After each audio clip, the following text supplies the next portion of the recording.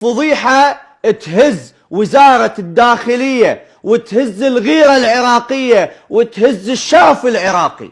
بغض النظر تحب ام فهد الله يرحمها ما تحب، هذا الشيء يخصك. أنا دا أحكي عن القانون والأخلاق. القانون والأخلاق هنا يقول أنه سرية المعلومات لأي جريمة لازم أكو سرية للمعلومات. هنا الأخلاق تقول الضباط اللي كانوا أول من وصل إلى الحادث المفروض يحافظون على حرمة المرحومة، مو ينشرون عرضها للإعلام، مو ينزلون صور منزعين المرأة بالشارع ومصوريها وينزلون على صفحاتهم. عيب. شغل الفيديو شوف هاي الصور احنا شوهناها، منزعين المرأة مطلعين منها وشم مكتوب عليها بنت شيوخ او فد شي، هنا ماخذين الصور ومطلعين وشم منيميها على ظهرها ومنزعيها القميص ومخليها بالستيان ومصورين الوشم اللي على ظهرها ومنزلين للاعلام ومنزعيها ببطنها طالعه ودنيا وهي متوفيه. لكم انتم عندكم غيره، عندكم ناموس تنشرون عرض العالم. مرة ميتة وما يجوز على الميت الا الرحمة، تنشرون عرض العالم. لا تقولوا ما تقولون اخت الك، لك اختك تقبل اختك. انت المسؤول الدورية، مسؤول المفرزة العميد، تقبل اختك. هذول الناس اللي واقفين اللي صوروا ما عندكم عرض مهما كانت مرة ماتت.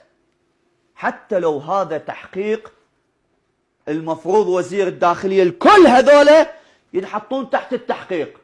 على اي اساس تنشر صور هاك، صور للمرحومة مصلخيها ومنيميها بالشارع وينزلوها للرأي العام؟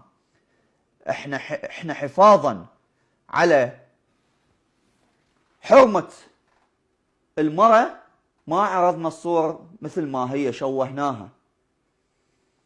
بس للأسف الناس اللي كانوا واقفين هنا واللي نشروا الصور ما عندهم شرف وما عندهم غيرة وما عندهم ناموس. انطيني اللي وراه خل اشوفهم من المسؤول. هذا العميد، يعطيه الصورة كاملة. عميد مدري عقيد شنو رتبته. هذا هو اللي مسؤول عن المفرزة. اي شنو رتبته؟ شوف لي اياها ما اشوفها. عميد عقيد، هذا العقيد او العميد ما دا اشوف. هذا وزير الداخلية اكيد يعرفه.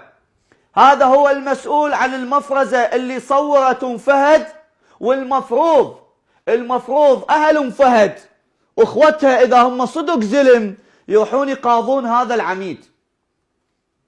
مرة ماتت، لكم عرض ما عندكم، غيرة ما عندكم، شرف ما عندكم. خلص تروح هي وربها تنجاز.